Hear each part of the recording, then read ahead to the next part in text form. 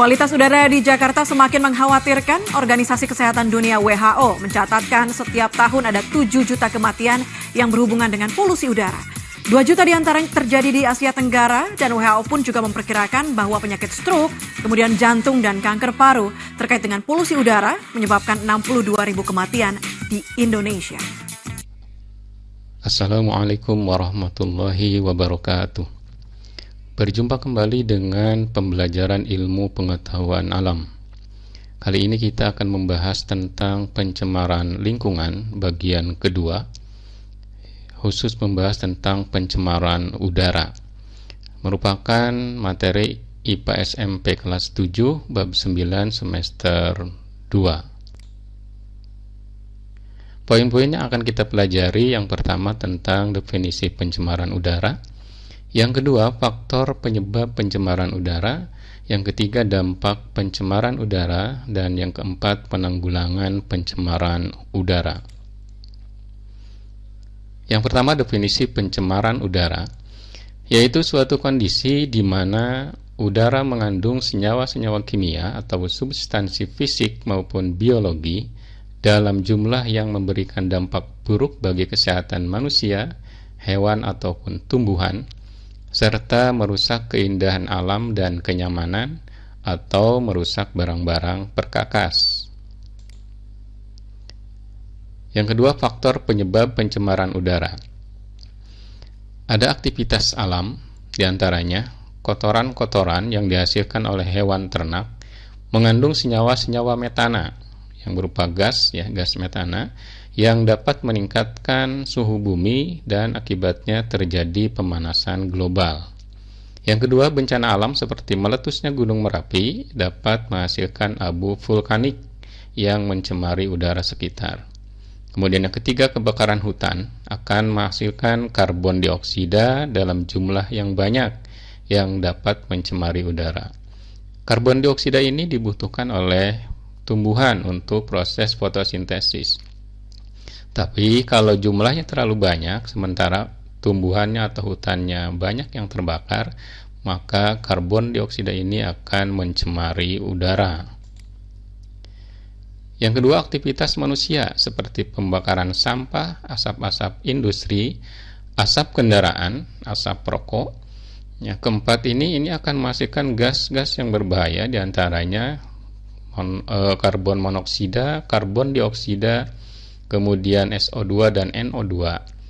Kemudian senyawa kimia buangan seperti CFC, klorofluorokarbon. Jadi ini mengandung 3 jenis unsur klor, fluor, dan karbon.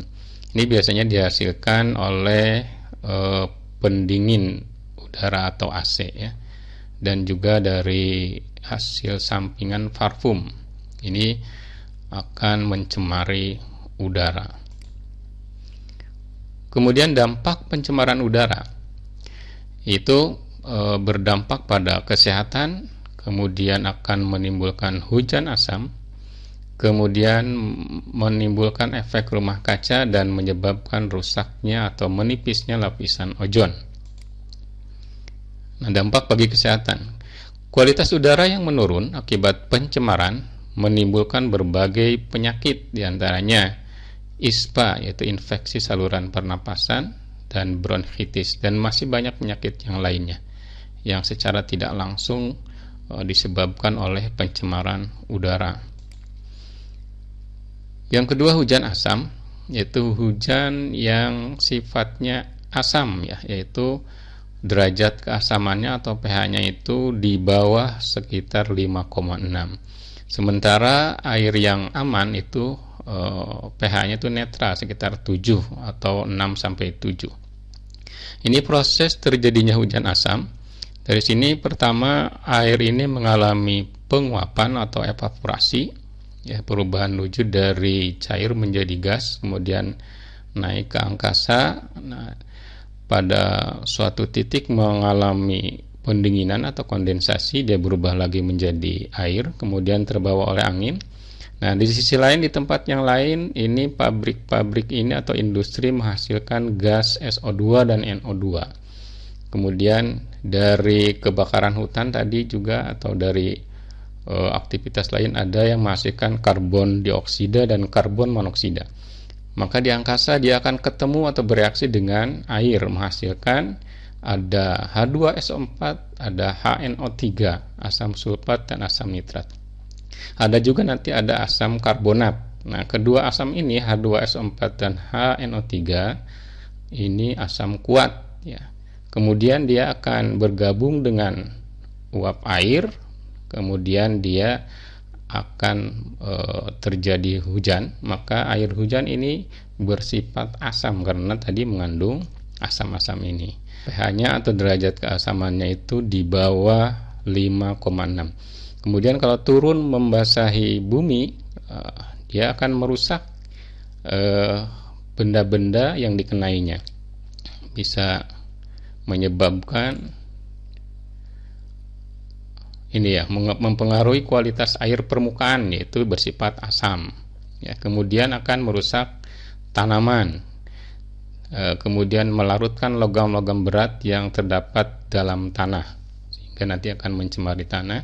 Kemudian bersifat korosif ya, karena asam tadi, maka dia akan menyebabkan logam-logam berkarat atau korosif. Kemudian yang berikutnya akan menimbulkan efek rumah kaca. Efek rumah kaca ini bisa menyebabkan pemanasan global. Di sini ini permukaan bumi ya. Kemudian ini atmosfer.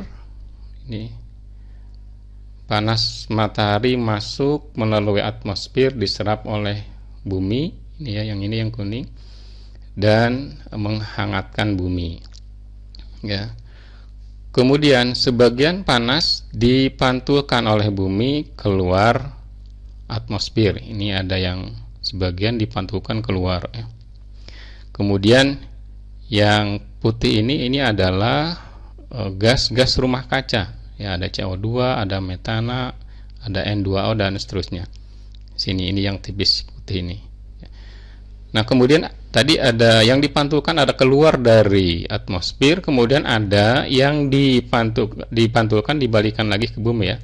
Jadi tadi ada sinar matahari ini ada yang dipantulkan keluar dari atmosfer, ada yang dipantulkan tapi nggak bisa keluar, dia terperangkap atau dipantulkan lagi oleh gas-gas rumah kaca ya, sebagian. Makanya ini gas disebut gas rumah kaca itu karena sifatnya seperti kaca, dia bisa memantulkan lagi. Nah, akibatnya jadi suhu bumi menghangat ya. Kalau terus-menerus terjadi, maka suhu bumi akan semakin meningkat, maka akan terjadi pemanasan global. Itu yang dimaksud dengan efek rumah kaca. Kemudian yang keempat, menyebabkan rusaknya lapisan ozon atau menipisnya lapisan ozon. Nah, di sini tadi yang CFC ya, sebagai penyebab terjadinya pencemaran udara. CFC ini dihasilkan oleh pendingin atau AC ya, atau dari vakum. Ini nomor 1. Kemudian dia bereaksi dengan sinar ultraviolet. Nah, CFC ini bereaksi sehingga dia menghasilkan gas klor Cl ya. Yang nomor 2 ini prosesnya. Kemudian ini nomor 3 prosesnya. Klor ini atau Cl ini dia akan bereaksi dengan ozon O3 ya, sehingga nanti akan menghasilkan oksigen ya. Prosesnya ini terjadi terus menerus sehingga lama kelamaan ozonnya akan menipis atau terjadi lubang ozonnya berlubang di angkasa. Nah, kalau dia berlubang, maka sinar ultraviolet itu akan tembus terus ke bumi dan bisa menyebabkan kanker kulit. Jadi tipisnya lapisan ozon mengakibatkan radiasi sinar ultraviolet yang berbahaya lebih banyak masuk ke permukaan bumi ya, karena tadi bisa menembus lapisan ozon. Hal ini berdampak pada meningkatnya kasus penyakit katarak dan kanker kulit, juga merusak hasil panen. Nah, kemudian penanggulangannya ya, penanggulangan pencemaran udara.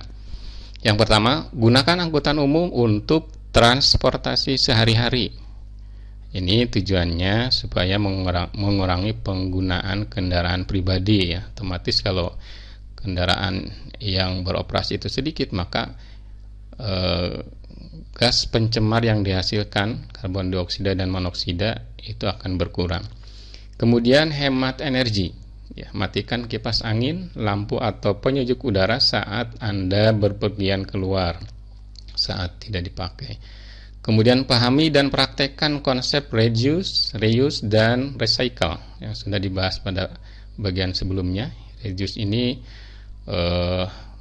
mengurangi penggunaan bahan-bahan yang menghasilkan pencemaran ya, pencemaran udara di sini misalnya.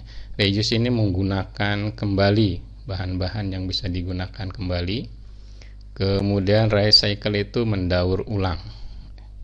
Kemudian gunakan sumber energi terbarukan dan ramah lingkungan seperti energi matahari, angin, dan panas bumi. Yang terakhir, gunakan perangkat teknologi atau listrik hemat energi. Pertemuan kali ini kita cukupkan sampai di sini. Terima kasih, semoga bermanfaat. Wassalamualaikum warahmatullahi wabarakatuh.